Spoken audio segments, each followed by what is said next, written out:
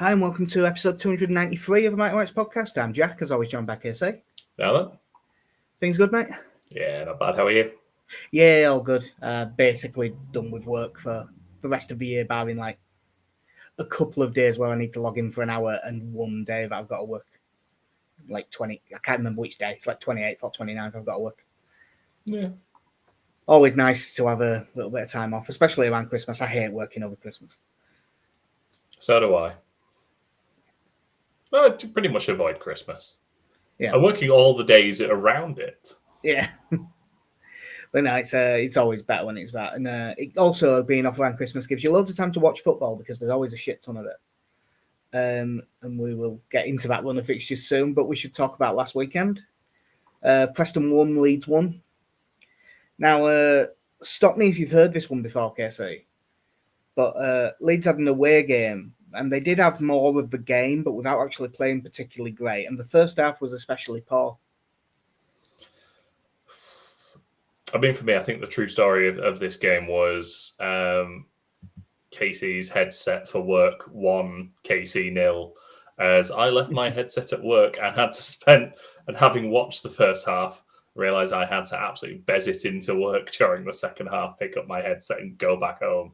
I'm going to say, I know where your office is. You will have had to put your foot down to do that in any decent time. I still started on time. Ah, nice. It's a good job I booked to start an hour later. That's the only thing. Because I looked in my bag and went, oh, I don't have my headset. So yeah, I actually got this the second half in audio form. Disappointing. And it's disappointing on a number of fronts. One, playing a team like Preston should be beating them regardless of no one ever wins away from home. Yeah. Two, like you say, the lack of chances we created throughout, and yet the chances we did have, we probably could have done. Stop me if you've heard this one, Jack. Patrick Bamford, right? Just as you briefly mentioned, I will say the only person to get any points on the predictions was you, because you said no one wins away from home and went for a 2-2 draw, so you got the draw right. In the first half, I just thought that we weren't at it. I thought Preston did fairly well. There's two main things to talk about. We'll do them in order. Preston's goal. So the ball out from, I can't remember if it was, I think it was a Leeds corner he actually came out of, but Osmajic, who across the game could have had 3 yellows, maybe 4. Eventually did get one.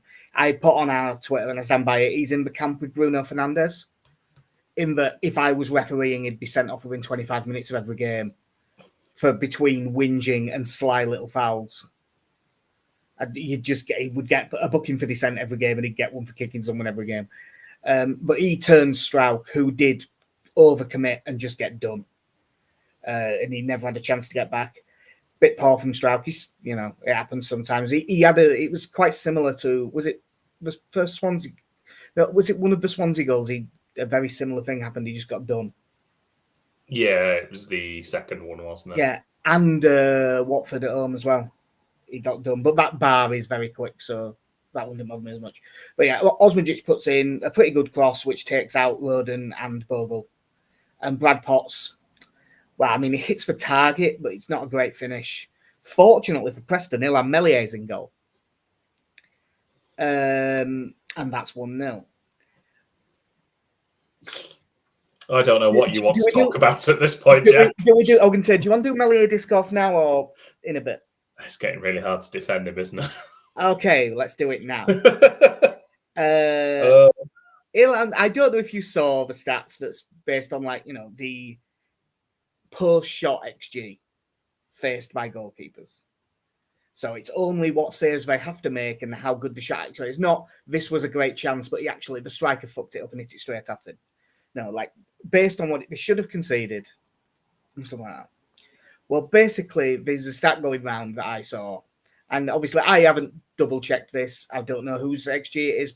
Judging by the format, FBref, probably. But statistically, since he made his debut, Ilham Melier is the 3rd worst goalkeeper in Europe. Now, the thing that I want to point out about that is that he had a really good start. Like, he wasn't shit from the minute he got into the team. He was a good young goalkeeper who was playing well. Some of those saves he made in the first Premier League season, like that one away at Sheffield United, is one of the better saves you'll see if you watch football for 10 years. But that has just gone. You do not see him make the brilliant saves anymore. And I mean, this one, he just basically chucked it in the net. Yeah. Like I say, it's really hard to defend this. Some would say impossible. It's like you say, it's low, but there's no pace on it. No, there's no pace on it. It's easily reachable, and he just slides it into his own corner. Yeah, look, I've always, like, when this happened in the Premier League and we eventually dropped him for Robles, I kept saying, look, there's no point dropping him. He's a young keeper. You've got to stick with him. And then he kept doing it, and I had to go, all right, I'm wrong. We've got to drop him. And eventually we did. And this time around, obviously, the leash is going to be shorter because it's not new. It's been years at this point. I would have been saying this months ago if it wasn't for the fact that I don't rate Caldalo. Like, we can't... The problem is, how many times is he going to throw the first shot on target into the goal? Yeah, I think the big problem is when you're playing as many games in the Championship as we do, where teams are going to look to break up the game, going to sit in a couple of deep banks, and try and hit you on the counter-attack. It's so important to not go behind in those games or to stop the few chances they do create. Because it just makes your life so much more difficult. Because, like you say, if we'd have had a half-decent referee, yeah, Preston probably would have only had 10 players. Arguably, maybe only 9. I would say a decent referee 10, a good referee 9. Yeah.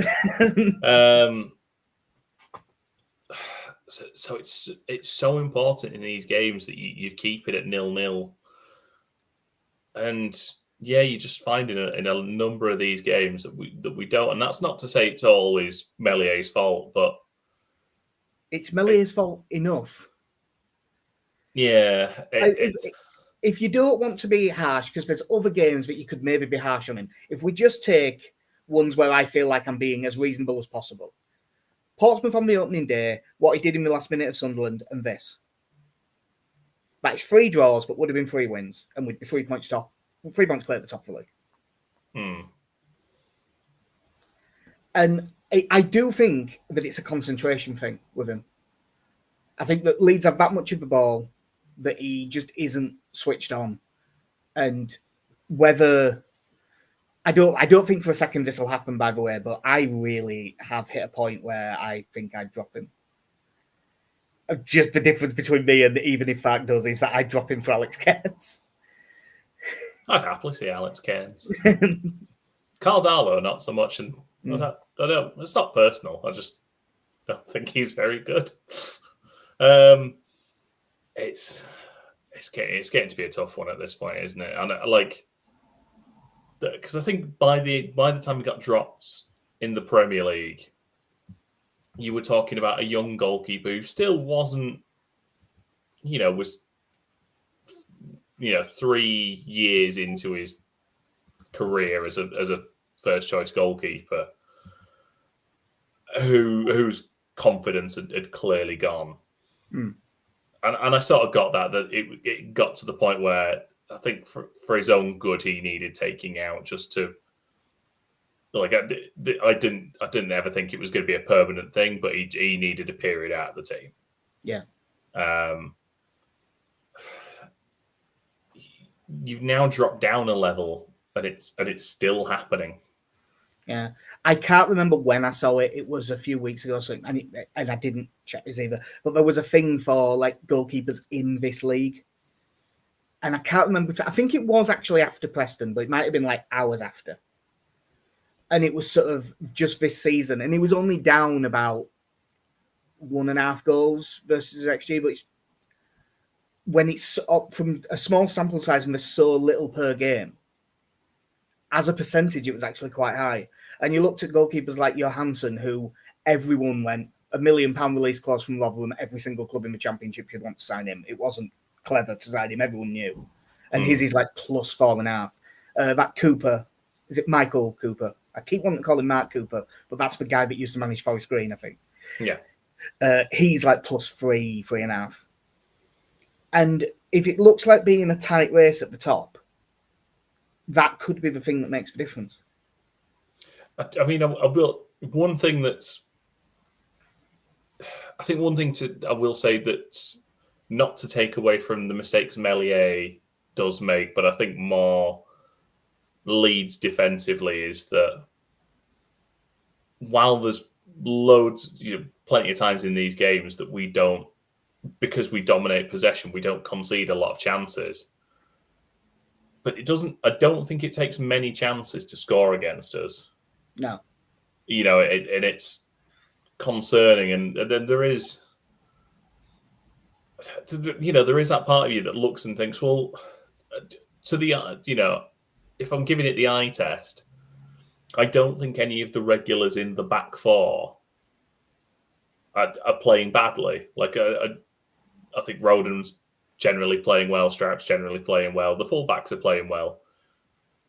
But again, whether it's a case of we've had the ball, we've dominated possession for the last 10 minutes, maybe the back line just sort of creeps 3-4 yards further forward than they maybe need to. And we're getting caught out by that. I don't know, but it very much feels like it takes one half decent chance against Leeds and you can probably get a goal. Yeah, and it's a real worry. I don't think for a second he's going to get... I will mention, because they've got big enough on Twitter to be worth saying, there was a story linking us with Kelleher in January. That's not going to happen. There was a story saying Arsenal are going to buy Illan Meslier. That's also not going to happen. Not now. Not now. Wenger's not there. No. Yeah. Yeah. The other thing is that does make me think about your confidence thing. Is I'm sure that when he came into the team, his distribution was really good. We went to that Arsenal game. That's not. I don't even think his distribution's good now. I think his head's gone. I hope to be wrong. I said when he first came into the team, and I still, in an ideal world, would like it to be true. I said I hope he's number one for the next 15 years. When he came into the team at like 19, you're like, wait, perfect. You just be good now for ages. That would be ideal. But unfortunately, that doesn't seem to be what happened. And on the subject of not being very good, 35 minutes in came what on these notes says the controversy, but it's not controversial, is it? No, it's just dreadful refereeing. Yeah, it's not controversial at all. There has been there have been I've seen some Preston fans saying he got the ball, which he did, but I've also seen other Preston fans going, it's not really the point, though, is it? Ben Whiteman already on a yellow for a cynical trip up on Aronson when he got past him. Goes through Jayden Bogle, studs up, shin high. Ref immediately gives it, starts running over. Then he notices who it is. He notices the guy on a yellow, shits himself, and doesn't do anything. Honest to God, I don't know how. Other than, like you say, a total lack of any sort of courage whatsoever. Because I think, there is a very, very good argument. It's a red card. It's out of control. It's high. It's studs up. That's the only argument that I could have is it a second yellow or is it a straight red? But at that point, as a referee, that should be the easiest decision. Take the cop out, book him again. Yeah, it's make fine. it a second yellow. Give him a 1-game ban instead of a 3. That's the bottling it decision. What are the home fans going to do? Boo you for taking the slightly easier route of the two? Because again, like you say, the trip was it's a professional yellow card. Yeah. Oh shit, I'm wrong side. He's going down. Yeah. Right, we get back, we recover. The challenge was it was such a poor challenge. And again, I will say this a lot, that one of the things I quite like at this level is that referees only get one look, and that's it. And I'm still not, and I will still never be pro VAR. But if you looked at that tackle and the speed, and you looked at it and went, well, it's a foul, but no more. Yeah. I don't think you should be a referee. I believe, actually, and I'm pretty sure I put this on Twitter during the game. If it was gonna get it wrong, I would have rather just not given a foul. Because if it had just gone, I got the ball, it would have been an incorrect decision, but at least I would have been able to go, right, I think I know what's happened. He saw him make contact with the ball and he just missed everything else about it. But once he gives a foul, the only 1% of a cop-out I could give him is gone. So now he's given it, so he's seen that that the fact that he got a touch of the ball doesn't matter. What's the nicest version he could give? Maybe he didn't think he was high. So what's he giving the foul for then? Excessive force? Okay, well, that's a yellow. Like, once he gives a free kick, there is not one thing that you can come up with that gives him a logical reason not to book him, other than, fuck, he's already on a yellow. Yeah. I mean, and it was good management from Heckingbottom, and it's always the sure sign. As soon as it got that, I'm hooking you. I actually thought he might sub him immediately. 36 minutes. Now off you come. Because if you go an actual 50-50 shoulder to shoulder with someone, you're getting sent off. It was I tell you what, I do think it's an interesting weekend that it happened on, because it happened the same weekend as, obviously, you had the Guimaraes not getting sent off for Newcastle, who had a foul given against him for diving, but didn't get booked for it. I don't think I watched any of that.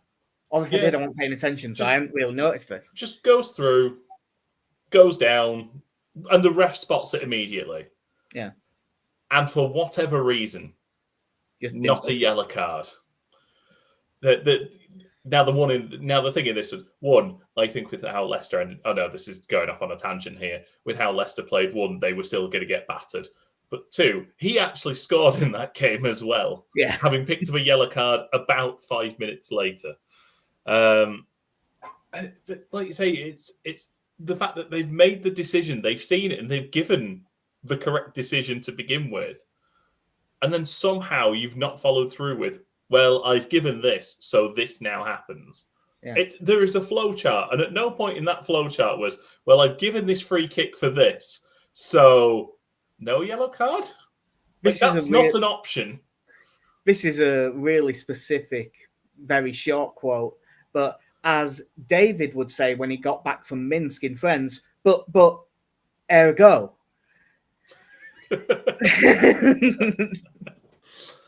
I can count that as Simpsons adjacent, because I always forget which one it is. It is Hank Azaria, isn't it? Yeah, it's Hank Azaria. Yeah. In the second half, Leeds are a lot better. That doesn't mean great, but they're a lot better. Preston had one big chance. Emil Rees headed a good chance straight at Melier, but the rest of it was basically all Leeds. Tanaka had a decent chance, but it was poorly struck and went straight at Woodman. Dan James hit the bar from 20 yards out. Ramazani had a good effort saved by Woodman, who he had a decent game, did Freddie Woodman. But it got mentioned earlier. Dan James comes in, about 70 minutes in. It's 5 minutes after Bamford comes on. He puts it on a plate for Bamford, 3 yards out. Goes for a little backheel flick and manages to sort of slice it wide. The stats sites have this as 0.98 XG, which I actually agree with some of the people on Twitter. I think that number is too high. But not because it was 0.2. If it had been 0.9, maybe you miss it 1 out of 10. All right, yeah. Right, maybe 1 in 50 is a bit too harsh on Bamford, but it's still a staggeringly poor miss.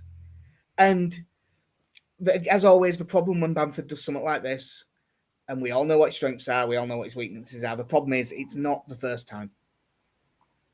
He has had a few of these. In fact, that same person on Twitter that had the Melier stat did have the one for Patrick Bamford.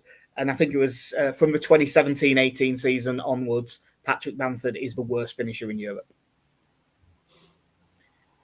Not as a percentage, because there's probably someone who has a percentage of chances taken has a worse ratio. But in terms of being below your XG by the most, it is Patrick Bamford.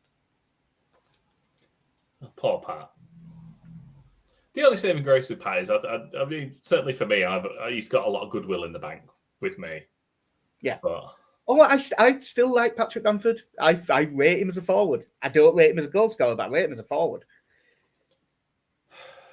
Yeah. It's it was just so frustrating. Because like you say, it's one of the few times that we got a ball into that sort of area. It's one of the things I find we really struggle to do. Which I've always found a bit odd when especially when you've got someone like Dan James on the pitch, is that we really struggle to get someone to the byline and sort of get those sort of balls into sort of the edge of the 6-yard box. So you know, on the rare occasions we do get it in there, you want some. Now, I do feel like Joel Piroux probably takes that chance. That's the sort of thing Joel Piroux does, is not do anything for the 20 minutes beforehand. It's the Piroux docs. Yeah. That's a really shitty phrase to coin, but I'm going to go with it. Would Piroux have scored that? Absolutely. Would he have been there? Probably not. You've been there? Probably not. Would we have been more cohesive with it on the pitch? Probably not. I mean, I will mention it now. That was my biggest gripe with Daniel Farke. I couldn't believe he picked Piroux for this game.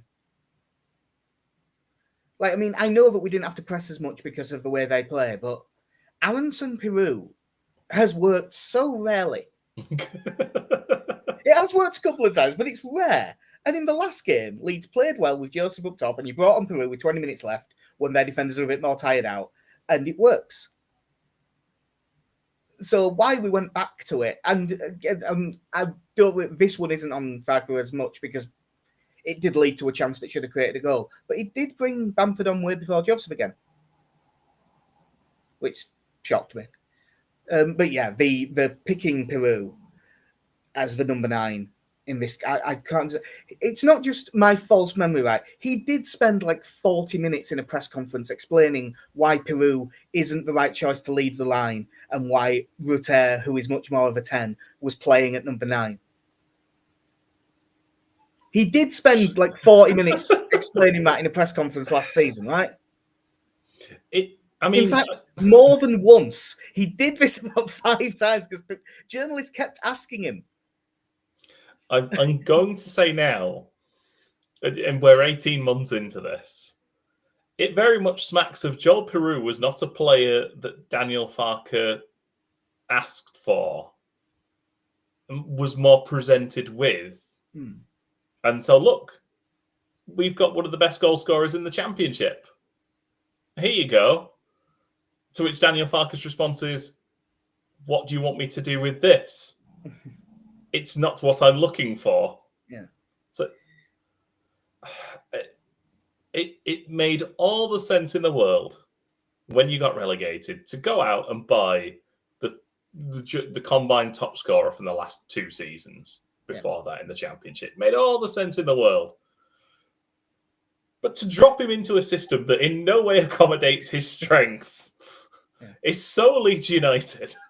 Well, I mean, we did. I know that we did actually get the equaliser in the end, but what did we do? We stuck everyone up front and played Piroux 35 yards from goal. Again, it's just baffling.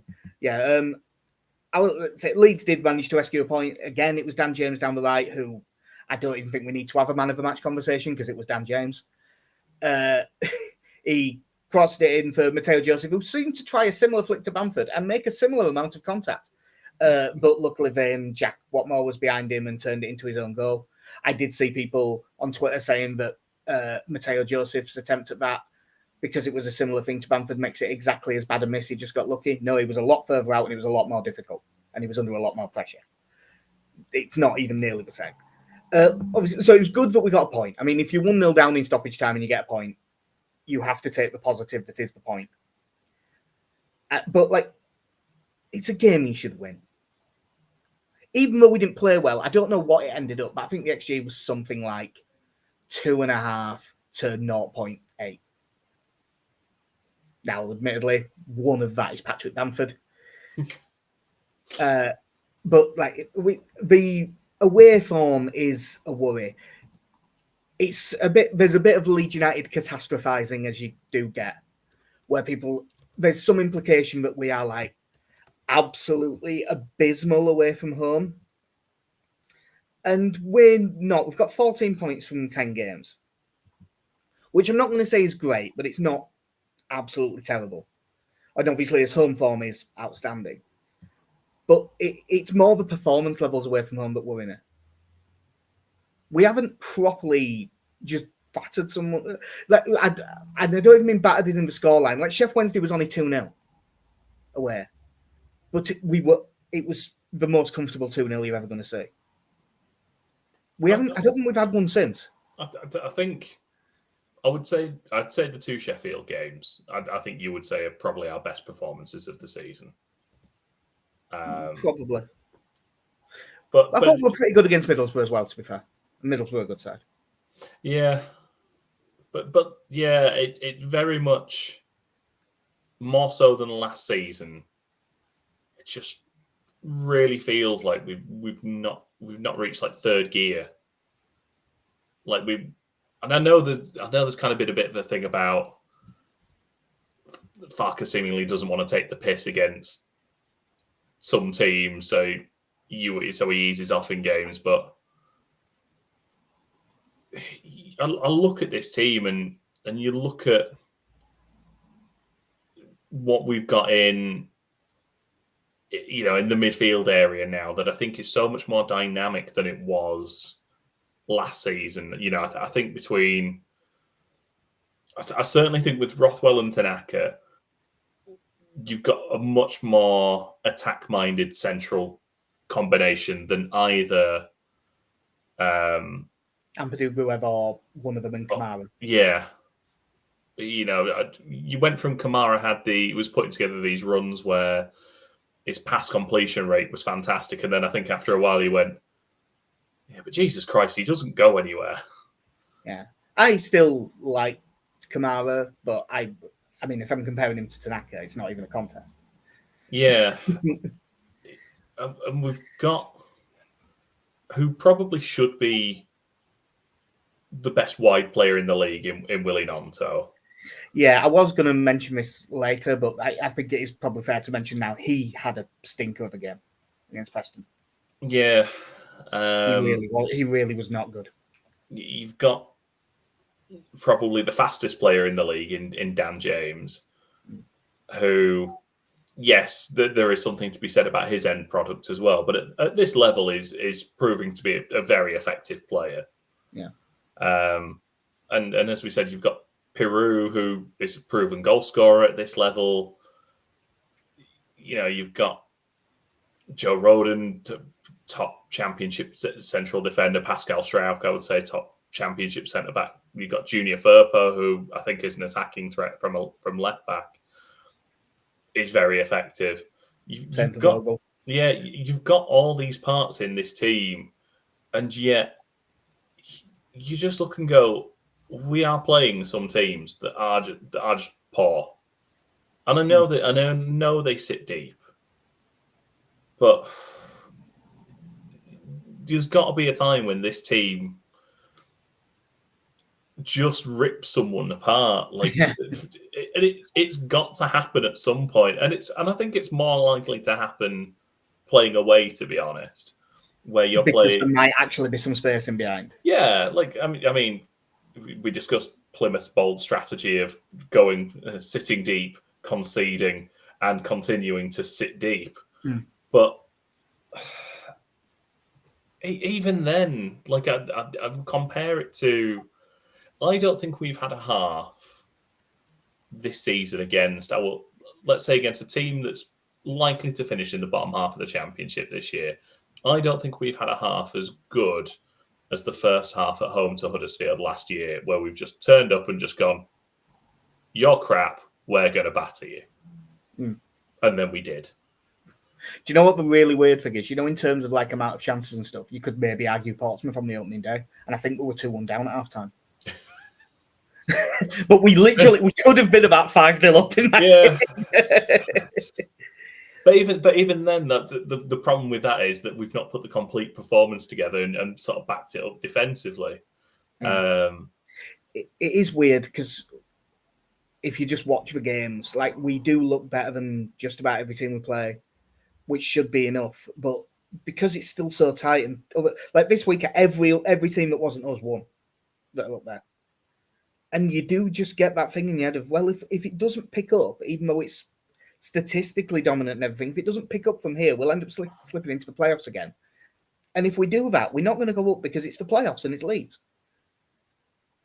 I think one of the things I struggle a little bit with this year in the league is, again, the snob that I am. I don't watch a lot of other championship fixtures. No, those 3 years in the Premier League, but I used to watch loads of it before then.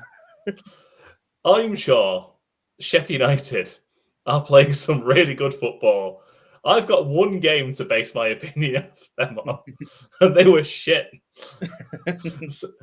So it's beggars belief to me that they're leading the way at the moment. But yeah, we'll get onto it. I know there is going to be a slight difference in as much as they've sacked their manager recently, but we are playing a not very good team. Yeah, we are playing a team that is in all facets. It's a League One team. They don't have the budget for this division.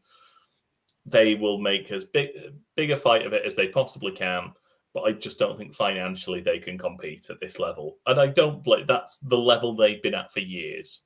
Yeah. Well, I mean, obviously you mentioned they've sacked Des Buckingham. That was his name, wasn't it? Yeah. You know who I'd go get? Mark Robbins. I don't even know who their manager is. I don't know if they've appointed anyone. Oxford United have not yet appointed someone, but by all accounts, it's going to be Gary Rowett. Who, whether he'll be in for this week, because it's now 6 p.m. on a Thursday, I'm going to assume it'll be after this game. I think it's harsh for them sacking Buckingham because, like you said, he's done well to get him there. And I don't know what else they expected. But their recent form is awful. They've got 1 point from 6 games. And there's a couple of fairly heavy defeats in there. And they have 2 points away from home all season. Mate, them and the rest of the league. Yeah, true. So, yeah, I don't know what they're going to play because I can't really compare them to previous games.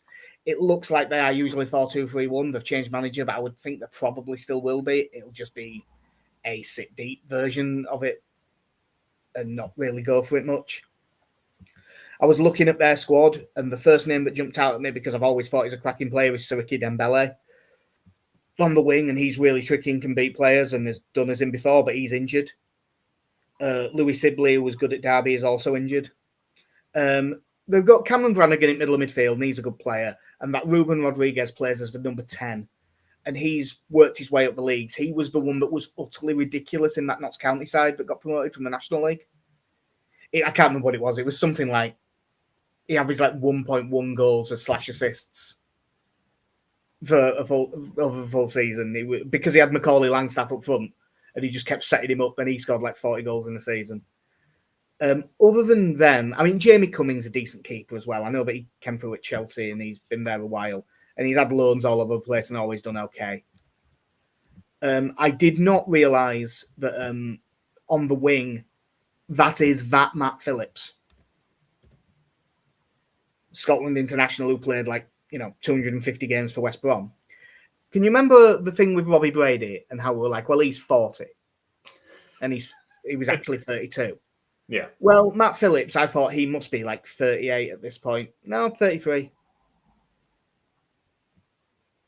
He's a big lad, is Matt Phillips. Yeah, once again, guy that I thought was really old is younger than me. But no, he is a good player. And there is one thing with him. He does have a bit of a howitzer for a long shot. And it's the sort of goal that Leeds concede. Yeah, I think if it's shots. Just shots. Yeah. I'm very pessimistic considering. Like, just go back to Ilan Melier. He had not to go back over the whole thing with him. He is like third. Oh, we are, I suppose, third in the clean sheets table. Yeah, but do you remember when we signed Felix Wiedwald and he kept 7 clean sheets in a row because he faced about 6 shots? It's a bit of that. I'm going to say now, I think that's a slightly harsh comparison. Yeah. Although I have seen both of them referred to as, quote, biscuit wrists. And the only goalkeeper I've ever seen do a properly similar thing to what Melier did in the last minute at Sunderland was Felix Wiedwald away at QPR. They were quite similar. Looking through their team, there isn't much that jumps out. I know Dane Scarlett was like really highly rated by Spurs, and he's got a couple of under-21 goals for England. But when I look at his record, he had 34 games at Portsmouth and only scored 4. 12 games at Ipswich last season, didn't get any, and he's got 4 in 16 games for Oxford United. So although I've got this outdated, he was highly rated by Spurs, and he used to be a bit of an FM wonder kid. There's no evidence in that he's that good. Yeah, it does smack of was great for the under-18s. Yeah, plays against adults, struggles. I mean, I will say is as a team that's sort of going to be in a relegation scrap, I've seen worse records than 1 in 4. Yeah, which going by his 2 previous seasons is a step up at least. And I've just got it up on who scored. It's only actually 7 starts in that 16 games. So that it's not a bad conversion rate. I don't read anything into who scored actual ratings because they might not mean anything. It depends on the style play stuff. It's very low. It's like 6.3 as an average. But if he's been the isolated guy up front in games where they didn't play well, he was never going to do anything.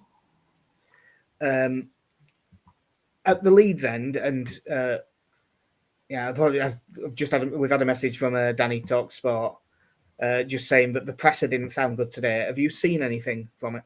I have not seen anything from the presser. Yeah, with you having been at work, I didn't think you would have done. Obviously, Gruev and Firpo are still out, but Verber is doubtful with a knee problem, and Strauch is rated 50-50 after a scan on a hamstring problem. You have to assume they're not going to play Strauch because it's 50-50, and these are the words that we're going to regret if it all goes wrong. But it's Oxford United at home. You don't take a chance on someone for this game. You should be fine without him, especially going into the Christmas period where you're about to have a load of games. Right. So you have to assume we're not going to play Strauch. And if Strauch and Verber and Firpo are all out, Sam Byram's going to have a busy night. Well, you would think... Basically, they didn't say all about people up front, so I'll just say now, I'm going to guess that it's going to be Melier in goal, Bogle, Roden, Ampadu, Byram, Rothwell and Tanaka, James on the right, Aronson on the left. I think he'll throw Ramazani in for this one because Nanto had such a poor game last time out, and Joseph up top. That depends on how fit Ampadu actually is. Because if Ampadu isn't fit, it's De Bayo. Or, I suppose he has played like 50 games at centre-back in the Bundesliga, Georvogi. I mean, it's a tough one. Watching the bits of Georvogi I've seen, in terms of, I think, in terms of his actual defensive abilities, he will be fine. The thought of someone jogging past him does slightly concern me. Yeah. And this is literally because he was fast on FM. I don't know if he really is, but I believe Dane Scarlett is quite fast. Yeah. No, he might not be. That is literally because Football Manager, and not even this year's, an old one. But again, whether, like you say, a lot of this comes down to, I mean, Guilavoghi's not played 90 minutes for a while. Ampadu's not played 90 minutes since 5 weeks into the season. Yeah. It's like you said, I think the slight saving grace is that it's come in a game like this. There is one, actually, just come to it just jumped into my head, so I'm going to say it before I forget. There is one other option that I doubt will do, but Byram left centre back and Schmidt plays full back. Who? Exactly. What? That is the other option, but because I'm so sure Daniel Farke is never going to play Isaac Schmidt, it only occurred to me now. There is a little part of you, and to be honest, I've not heard anyone say this. There's a little part of me that really wonders why have we only given De Bayo one appearance? He's like, it sounds awfully like I said this earlier in the season, doesn't it? When you looked and went, well, we are a bit short at centre back here. Like, if those two get injured while Ampadu's out injured, we're in a lot of trouble. And it's not hindsight. We did say this like ages ago. Surely. And then for one night, he went, yeah, I'll get changed to Bio on. That makes some sense. Was that like the last couple of minutes at Swansea? Was he? I'm sure. Did he come on? Did he come on in the same game Charlie Crew played? No, in the one that Charlie Crew played, we did play Giavogi, but I don't think we played De Bayo. Okay, so it's that then. He just like only maybe, just maybe, you give this lad 20 minutes. When you're beating Plymouth comfortably, like it'll be fine. Yeah. But, yeah, we'll see. So yeah, I am going to guess that it'll be Ampadu at centre back, with the plan to play him for an hour. And if we do, and hopefully we do, have a good first half and just are 2-0 up, say at half time, you just take him off at half time and leave him to be ready for the next game. And so yeah, I think that's what he'll do, but I can't really be sure. And yes, I have just checked. He played for 1 minute against Swansea. It's not enough, really. No, it's not. However, for all of this Leeds pessimism, which is always there is a reason that if you shop around, you can get 22-1 on Oxford United winning this game. Oh, no. You can get 5-1 on Oxford or draw. And I never actually searched through the handicap markets. There might be someone offering 11-2 on Oxford +1. I don't know. Which is the same thing. Despite all the pessimism and stuff, we've got to win this game. I've had a message. I'll just check to see if Connie has got back to me or not. He has not yet. I will add it later. But Alex has gone for a 4-1 win. Benny's got 3-0. I also have a 3-0 win. I'm going to go 2-0. 2-0. I will say now, because I almost certainly will forget to tweet it out. Connie will definitely be going for a win. I just don't know what the score will be. Connie would go for a win if we were away at Arsenal tomorrow. Game's not even tomorrow. Yeah. Yeah. So he finished late now. I don't have a clue what day we're on. Yeah, we've got to win this game, and it's got to be comfortable. Obviously, I've said which front four I think it's going to be. I think it'll be James, Aronson, Ramazani, and Joseph. Do you think similar, or do you think it'll be a different combination? I'm going to go with Solomon instead of Ramazani, just based on. I do think Solomon's maybe been a little bit unlucky, having put together a couple of good performances, and then he's kind of reverted back to James and Nonto. Yeah. But I would be happy with either. Yeah. I think it'll be really nice to have Ramazani back. Yeah. I again wouldn't mind it if it was someone other than Aronson in the 10, like Solomon on the left, and just give Ramazani the freedom to run at people through the middle, but I don't think it'll happen. But yeah, we'll see. I mean, now that we've said that, it'll be Peru. And we can all get annoyed again. In fact, it'll be Peru. He won't play very well and he'll score twice. Yeah. And we'll be like, well, I can't argue with it, really. But if you really look deeper. But no, will. I mean, as much as this is a game that you have to win. We will have to try and be back relatively soon because I don't know when we're going to get gaps with us having a Boxing Day game. Christmas Day pod. Yeah. Probably Christmas Eve. Yeah. Are you working Christmas Eve? Nope. Yeah, Christmas Eve. Because I know I'm not, and I do have a couple of things to do, but I will get a chance. So probably it'll be a weirdly early one, probably. But yeah, that will do us for episode 293 of the Mighty Whites podcast. Everyone's gone for a win. We've got to, right? I mean, we've really got to. I mean, nobody wins away from home. Yeah, that's true. Especially Oxford, who have not won away from home.